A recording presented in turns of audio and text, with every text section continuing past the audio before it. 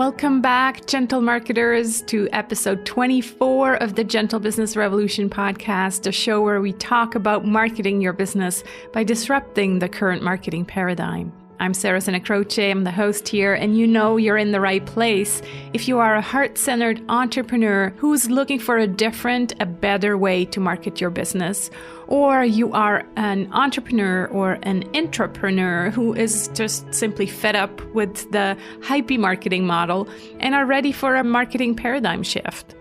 In all honesty, I didn't even plan it that way, but it just magically happened that after my episode about mentors and coaches last week, I'm talking with my current coach, Jenny Blake, today. And I wanted to bring her on to talk about launches because I just experienced her latest launch firsthand and signed up with her. And I knew Jenny would share very honestly about how it all went. This falls under the P of promotion of the Gentle Marketing Mandala. If you don't know what I'm talking about, you can download my one-page marketing plan in the form of a mandala at sarahsenacroce.com/1 page. The links are also in the show notes, or if you're listening to this on the go, just click on the description tab and you'll have all the links in there. This one-page marketing plan comes with a daily email prompt over 7 days to help you work on your plan and implement. Okay, back to Jenny. Here's her official bio. Jenny Blake is the founder of Pivot Method, a growth strategy company that helps forward-thinking individuals and organizations map what's next. Jenny also hosts the popular Pivot podcast, which CNBC listed among 6 podcasts to make you smarter about your career, and Entrepreneur selected as one of the top 20 female-hosted business podcasts. After 2 years at a technology startup in Silicon Valley, followed by 5 years at Google in training and career development, Jenny moved to New York in 2011, where she has been running her own consulting business in the years since, helping innovative organizations like Google, Microsoft, and Chanel incorporate the Pivot Method into their global career development and manager training programs. Her motto, if change is the only constant, let's get better at it. Today, you can find Jenny at pivotmethod.com and on her Pivot podcast. In all honesty, the bio doesn't even get close to describing what Jenny really is about, but I think I'll let you just find out for yourself. So without further ado, here's my conversation with Jenny Blake.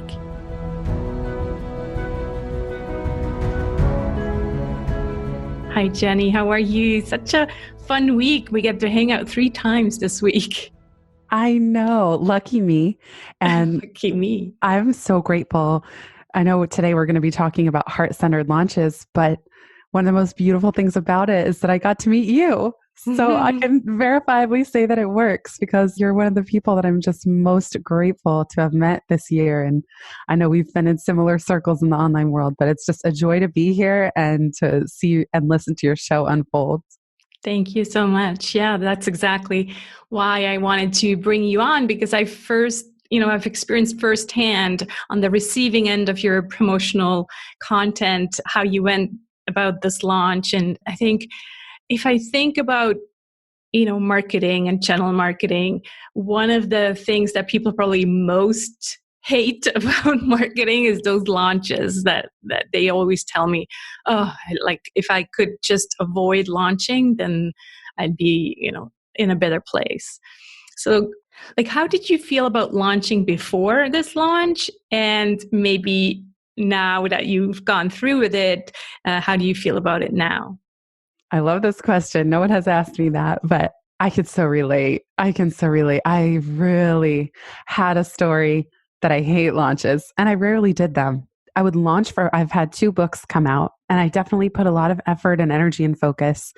But for some reason, creating online courses, I loved creating them. I loved facilitating them, but I couldn't stand the launch process. I would just resist that checklist of next steps and what would be required.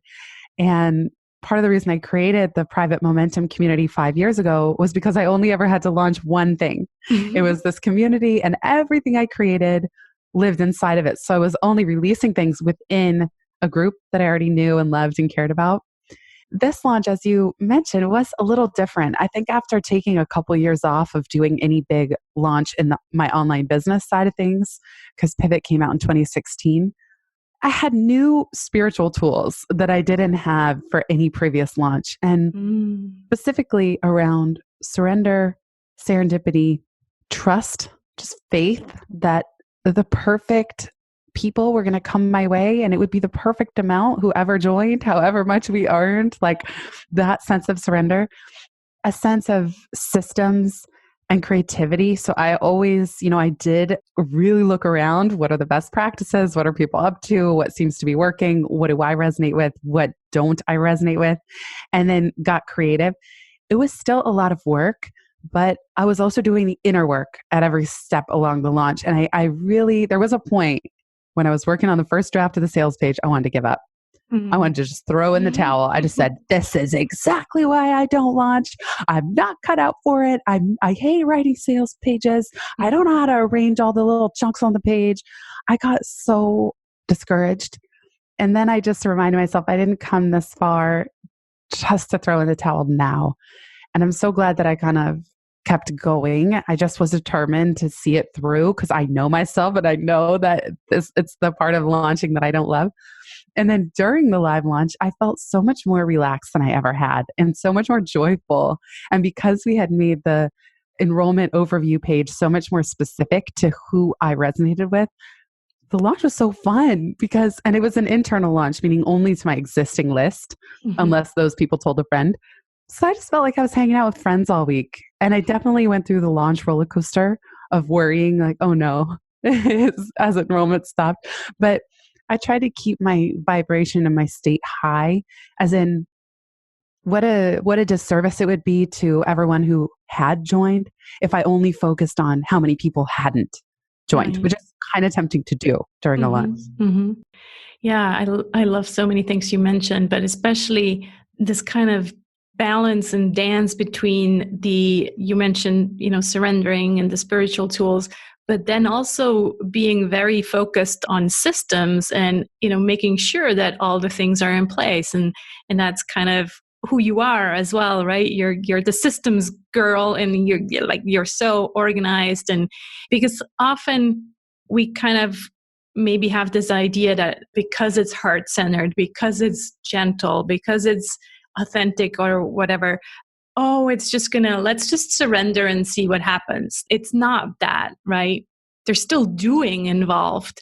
And we'll get to that because I really want you to kind of go through what you also did. You didn't just sit back and, manifest all these people to show up. But let's start with the expectations, because I think when we go into a launch, there's always this pressure, especially if you work with a coach. They will tell you, well, what's your goal, right? What's your financial goal? How many people do you want to show up? And so I always find it difficult to stick to a goal, but at the same time, again, kind of saying, well, I trust that the right kind of people will show up. So how did you go about this? A couple of things. One, I reminded myself why I was launching. So I would never launch just for the sake of launching. Like, I don't enjoy it. I really can say that. However, the reason I was doing all this work and going through the parts that I don't love is because to go on the other side, I would meet all these amazing new people like you. And so that's what kept me going is I'm doing this. This is so that on the other side of the launch, we can grow our community and have even more heart-centered solopreneurs working together, collaborating, giving and receiving feedback. So that's what kind of was my guiding light. And I'm with you. I find it so awkward. Every single business coach says you have to set a revenue target. You have to set your launch goals. Don't let up until you hit them. And that has never worked for me. That has only ever created expectations and disappointment and frustration and measuring myself even against my own rubric. It only ever caused stress, honestly. Right. What I prefer is thinking long-term. So I can think for momentum. I would love to have 100 members or 150. I love Dunbar's number, 150. I would love to have 300. But if I think about it in the long term, then I can take the pressure off of any specific numbers to hit in that given launch. And I know that that flies in the face of a lot of the business advice out there, but it doesn't feel good in my body to obsess over that. And there are so many little steps. It's amazing. As soon as you say you're launching something, as like this tasks in Asana or your to-do list software multiply like little rabbits. It's just each one has 10 more subtasks. And so I do recommend, if you always with launching, I try to get a 6-month jump on it. And I make sure that I complete every single thing I can that's not time-based at least 1 week prior to the launch, so that during the launch week, the team and I are relaxed, having fun, responding to what's going on in the moment and to those live events, not continuing to create anything new. What stood out to me is this kind of long-term approach, right? And you're right, most people, they're going to tell you to, just focus on now, and you want, 50, 100, 200 members now, where you reminded yourself about the long game and, creating a sustainable business.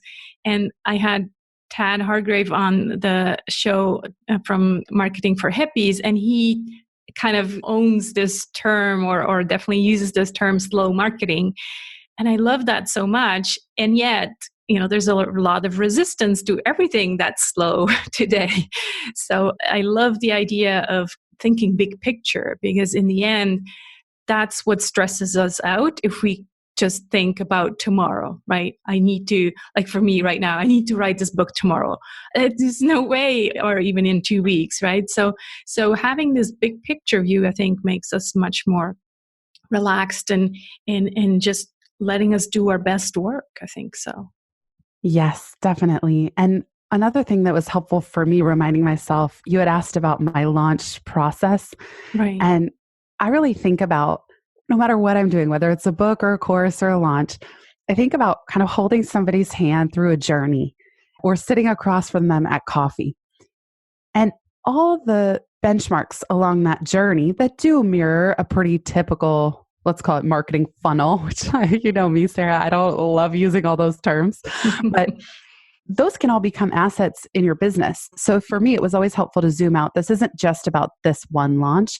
Every single thing that I'm creating, all the systems, all the free resources, all the content actually can live on, especially if you create it with a certain timelessness in mind or a 5-year view in mind. So for example, the first point of entry, instead of doing like the 3 video launch series, I created a mini course called Free Up Founder Time with short 5 to 10 minute audio lessons or written text. It was just easier for me to create. It was more joyful. It was a topic that I knew would be important, that if people wanted to do anything big with their business, they would need the time to do it.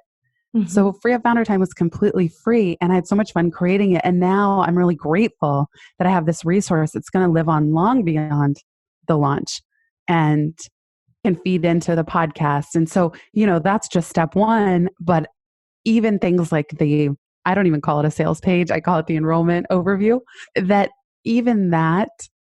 you'll only really have to create it once, at least once every couple of years. But now, the next time we launch, everything about the next launch will be so much easier. Right. So a mistake that I've ran into in the past was I would get kind of discouraged by a certain launch, and then I would drop it, and then I would go create the next thing. And that's creating so much extra work for yourself, because you don't get to just reuse the whole same path that you already took people through. Yeah, I think that's a mistake that a lot of us make, just thinking, oh, that didn't work. Fine, let me try something else, right? And then creating the whole stress all over again. So true. Yeah.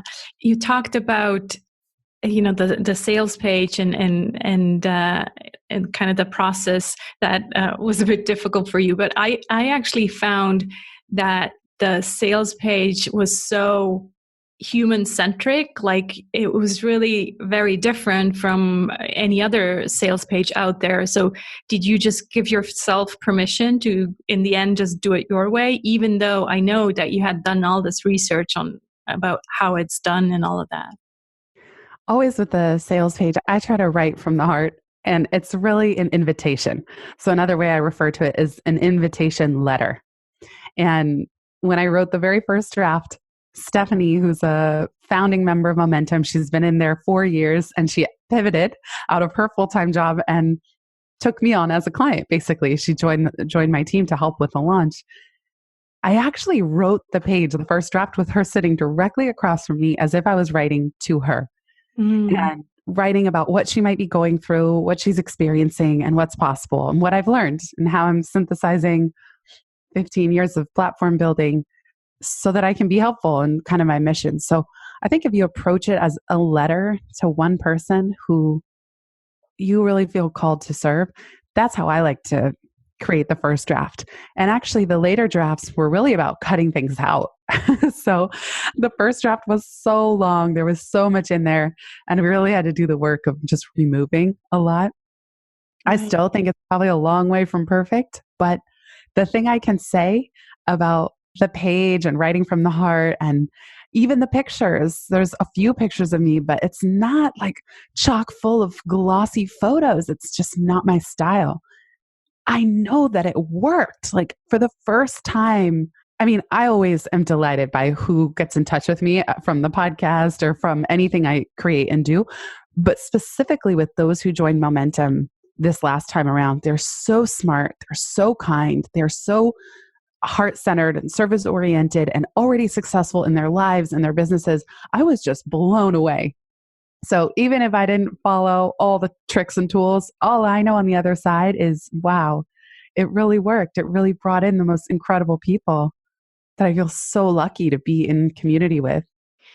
Yeah. And that is really the outcome of this, different approach to marketing, authentic marketing, gentle marketing, whatever you want to call it, because you're bringing all of you to the funnel, or however you want to call it, to up front. They know exactly what to expect, who to expect. You're not going to be different during the launch, and then they meet you and all of a sudden you're the real Jenny, right? Where before you were glossy Jenny. So right. I think that really came through in your launch. It was just like, it was you. And so everybody knew what to expect, what it would be like to hang out with you in Momentum. And one of the other things I liked that you said, that you, instead of doing what everybody else does and creating a 3 video series, you're like, well, that's not my thing. I don't want to get all, dressed up for videos. And so you created basically a course that was audio only, or I think it was screen share. And so you really just used your own superpowers and you said, this is what I'm good at. Let me do this and, turn it into something that helps with this launch. Yes. The video shoot. It's like, I have to find a videographer, get hair and makeup done. Then there's all the pressure. Then people write scripts for these, which I don't really like working off of scripts. Then what happens if I want to update it? It's like the whole thing just felt, I had so much resistance. And I'm 9 years into running my business full time. I think when you're earlier on the journey, it's easier to fall into that trap of, well, I have to do it that way. So it's almost like entrepreneurs might experience resistance and then just think, well, that's just me being difficult. I should get over it. When I now have learned to take that resistance as a sign of do it differently, go with something I like. I didn't even do screen share because I didn't want to make slides for free at Founder Time. I just wrote these little quick text lessons, recorded them. And you're right. That's something I do enjoy and it's easy. And the other thing I wanted to say about the Momentum enrollment page, which by the way, is currently not linked from the Pivot website because it redirects to the interest list. But if your listeners would find it helpful to actually see what we're talking about, they can go to pivot.love/momentum. That's not my main website, but then it won't be this obscure thing that we're talking about. So it's pivot.love/momentum. 2 things. One, I think sometimes people write a really generic sales page because they don't know themselves yet. Like you're just starting out and you just don't even know who you resonate with and who you do want, who's not a fit. And then it's permission to feel that way. So one of the things on the sales page, I made a very specific list of Momentum is a fit for you if, and it is not a fit. And one of the things I said in not a fit is you're somebody who wants to just come in, take as many materials as you can, and then cancel your subscription. because I had people like that in the past where I know people where that's the modus operandi. It's just, let me join, let me access those 5 years of archives, and then I'm out, just so I don't get charged again, you know? And so I really put the invitation out. You want to invest. You want to grow with the community over time. Even when you start experiencing success, you're excited to give back. You're not going to just leave the minute that you're successful, quote unquote. So yeah, I think it's understanding, and it's almost like the permission to say, who are you delighted by as an entrepreneur, as a service provider, within friends? So for me, I'm delighted by people who are joyful and positive and take full 100% responsibility for their lives and speak with kindness. And just like you, Sarah, in your manifesto, I mean, I resonate so much with your work. And I think it's noticing that the people who energize us most personally, you can also put the call out to attract them into your business. It's the same thing. And I don't know why we separate them and think that our business has to be some different thing or everything to everybody. Yeah, I think you're so right. And that's exactly what we're working on in the first 2 modules of the Gentle Marketing Revolution. It's really getting to know yourself first. And you're right, sometimes for new entrepreneurs, that's a bit difficult because they think, oh, they're telling me I need to find my, client avatar and, go right straight to business. But that's exactly what happened to me. And I was wearing this marketing mask for 12 years. And I tell you, it wasn't comfortable because I never, ever felt like you are explaining how you're feeling with these people that you just love and you would love to hang out with them. Like, I remember one of the calls was on your birthday and you're like, I could not think of any other better people to hang out with on my birthday than you guys. Like, isn't that what we're all really wanting? Like, that's what we should be striving for, is more joy and freedom and happiness in our business. Absolutely. And believing that it's possible. Yes. That and make money. I want to. Of course. Yes. Of course. The aim that I kind of live by and put at the top of the momentum overview is, how can we earn twice as much in half the time with ease and joy while serving the highest good? So earn twice as much is in there, happily so. And in half the time is also, I find, joyful to think about. And this is an ongoing question. We at some point I will be able to reduce my time. Like, I'll be in the 4-hour work week or something. But for now, I find that very energizing while focusing on the highest good. So I've seen launches or marketing that are just, they are all about the money. And that doesn't resonate with me. And you and I have talked even separately from this podcast, but, I think if I didn't focus on heart-based business, I probably, and like super integrity in everything that I do, there's a chance I would make more money or have a bigger list or something, but those are not the only values that I have. And I still earn a very healthy living, and one that I'm thrilled by, and one that I do believe can continue to grow. So I do not want to put heart-based business as opposed, or gentle marketing as opposed to, or inhibitor of earning money, but it might be a more creative winding path. And even as I'm saying that, I can still say, well, we can also invite a nonlinear breakthrough. I was just going to say, aren't you the Carol who talks about nonlinear breakthroughs? Yeah. I'm also tempted to say, maybe it takes a bit longer, but maybe it doesn't have to. Yes. And I think, Sarah, you and I and your listeners, we can blaze these trails. Right. We see it in the corporate world with B Corps. And I was just reading an article in the New York Times last week that said, can a business responsibly care about anything other than the bottom line and still be a business? It's like, it just baffles me that we have such a limited view of business, and especially public companies, where it's just shareholder value and quarterly up and to the right at all costs. And that's the only thing people care about. And if you're not focused on increasing profits, you're irresponsible and then kicked out. And of course, on the other extreme, we have these like egomaniacal founders who don't make any profit and walk away with billions. But I'm absolutely sure that we can contribute so much more positively to the world if we focus on our own robust revenue while serving the highest good and not stepping on anybody or misleading anybody in the process. Yeah, so true. There's this one email that has quite the story behind it in your launch. I'd love for you to share the story. I'm talking about the last call, the night owl email. Can you share that story with us? Yeah, sure. Well, probably like many of your listeners, I get very self-conscious during a launch of sending too many messages and bombarding people. Right. Because I know what it feels like to just get that barrage of emails and just the relentless, and it's so obnoxious. And I don't always unsubscribe from that person, but I'm certainly annoyed, honestly. Anyway, so I was trying to be very mindful of not doing that, but I had tea with Dory Clark, and her mom, who was in from out of town. And Dory had just finished launching her Recognized Expert program. And she said, JB, I really encourage you to send one final email a couple hours before doors close. I know you're probably worried about bothering people, but I did this. I didn't have any unsubscribes, and I even got a few new enrollments. So taking her advice and kind of taking a risk of annoying people and really sending I was just worried about that last straw that broke the camel's back, sending it a couple hours before the doors closed. And I called it the Night Owl email. And it went out at 7 p.m. on the day that doors were closing at midnight. And it just said, last call. This is for those of you who like to procrastinate or say things till the last minute, or you're a night owl and you're still reading email at this time and on your computer, which isn't me, by the way.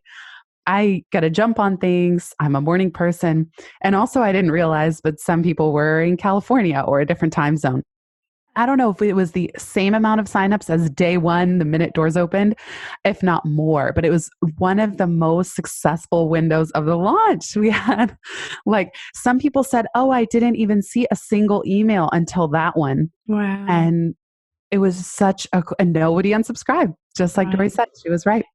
Yeah, because it really, what matters more is what's in it, right? The content and just the email. And it was just such a refreshing email that, yeah, I'm sure nobody was bothered or nobody really, people who had already read it, the previous emails and who were just not interested in this round, well, maybe they opened it, but maybe they didn't. But those who really needed to take action, well, they did. And I did throw in 2 bonus courses that I was not planning on, but I realized one of the fun parts about launching is feeling very generous. And I just felt called, like I have Heart of Podcasting as a week-long course and Heart of Publishing. And they were both $297 on my website. And I just decided at the last minute, I'm like, what the heck? I'm going for it. I'm throwing these in. And of course, everyone who had already enrolled would get them as well. And that felt really good. I think that helped a lot too, just if people needed a final push. Mm-hmm. And the other thing, Stephanie on my team, who we mentioned earlier, she could not believe how this went down. But that email went out at 7 p.m.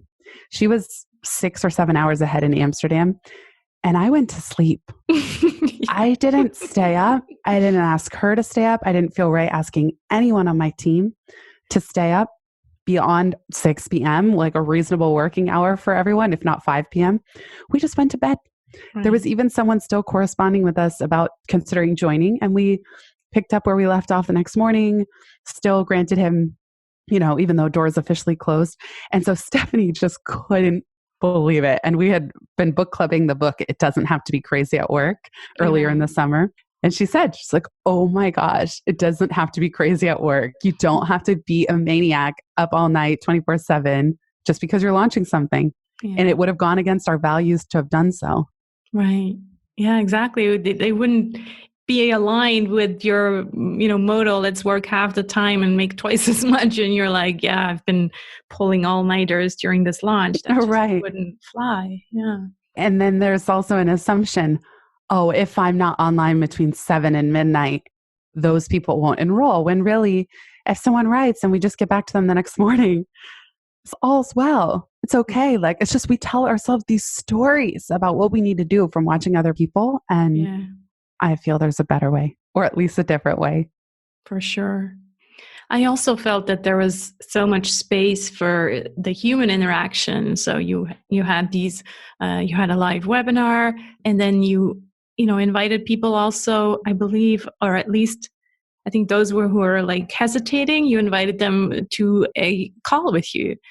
So how did you plan? Because that all kind of needs to be planned in advance. Like, if there's calls with you, you need to kind of block out that time. Did you do that purposely, or was that just kind of like, okay, let me try to fit those people in? The latter, because I always promise myself, okay, I'm not going to give away my time this launch. I'm not going to give away my time.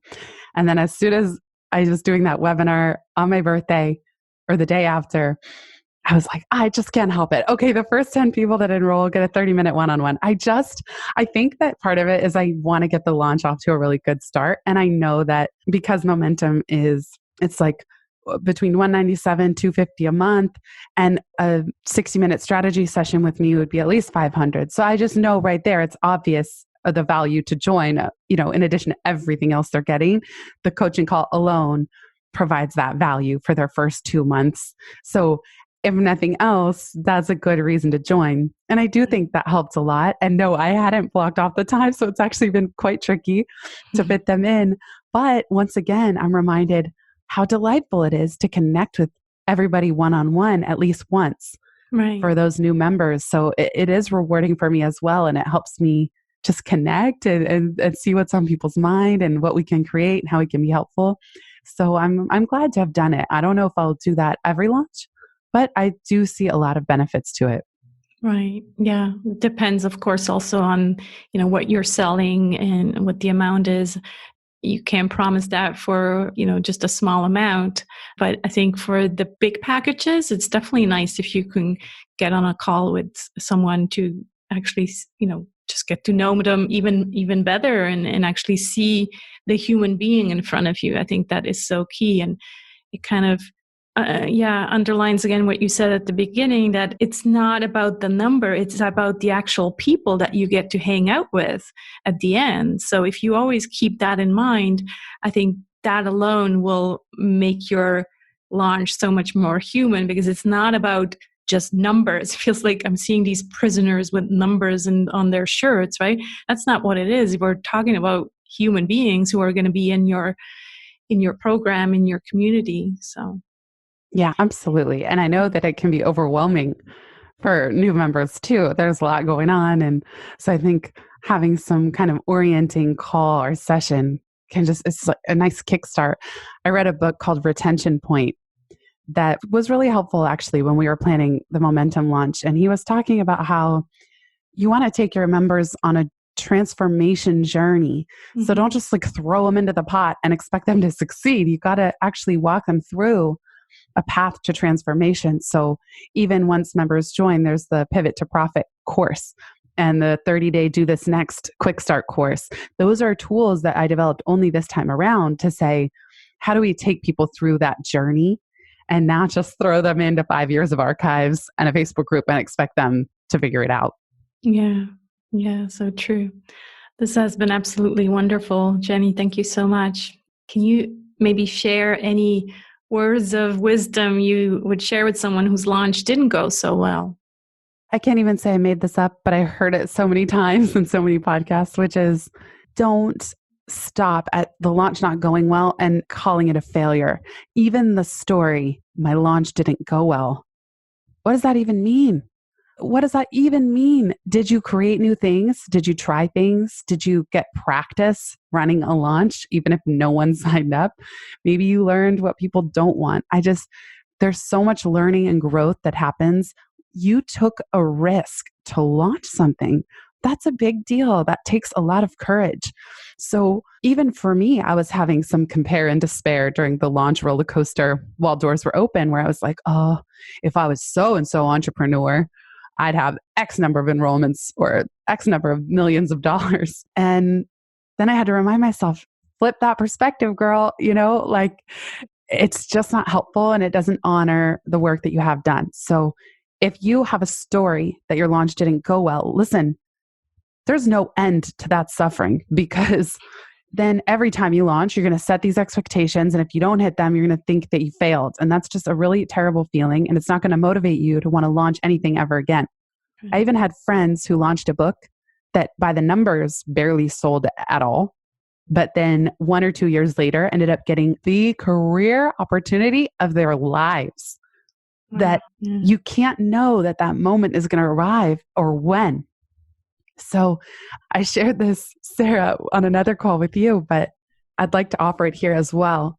Think about launches like baking a cake. And if you bake with like stress and anxiety and you're like, oh, I'm such a failure. I'm such a failure. Oh, this is so hard. I hate this. I'm such a failure. I hate this. Okay. That's the energy you bake your cake. And then you're offering this slice to the people around you, whether it's the people who joined, the people who didn't, your family, your friends. Who wants to eat that cake? It's just so like if I were the person being offered that slice, I'd feel guilty. Like, oh no, you suffered so much for this. I can't eat this. And then if you launch or bake and try to stay joyful, experimental, curious, fun. Oh no, look how messy the kitchen is.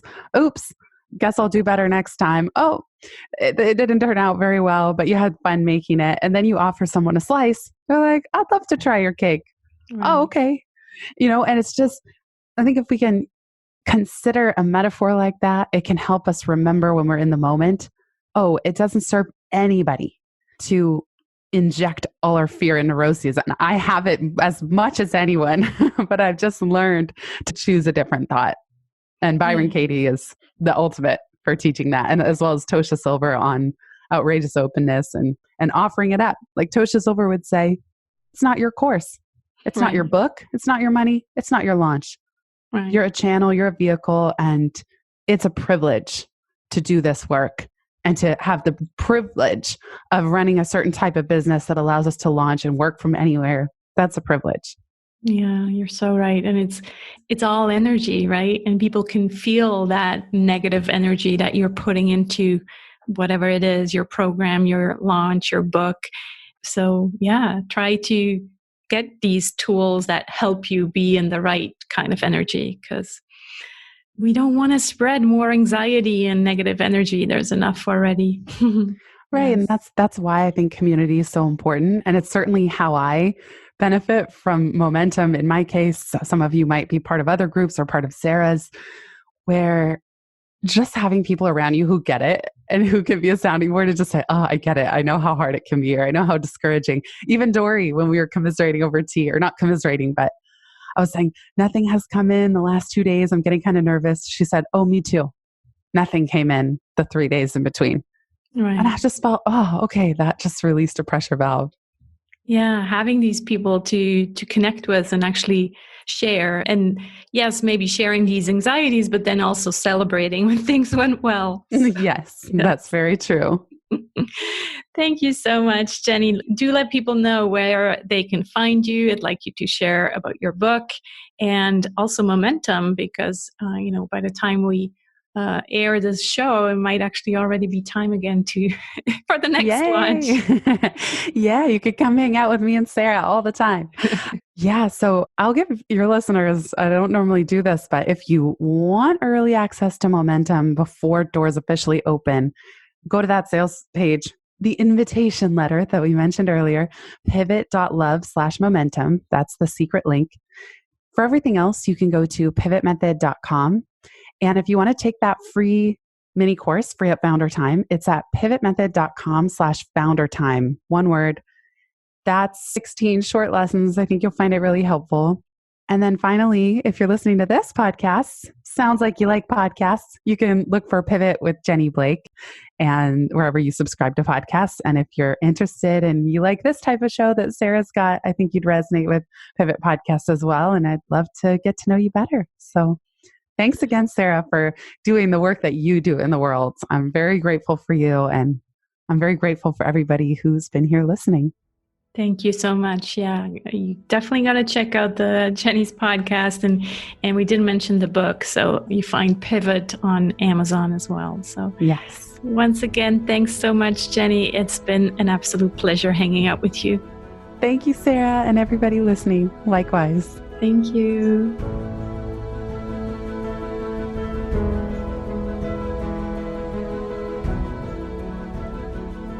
I hope you enjoyed this episode. The mini course that Jenny mentioned can be found at pivotmethod.com/founder time. And you'll find the show notes of this episode at sarahsenacroce.com/GBR24. All the links to resources that we mentioned are in there.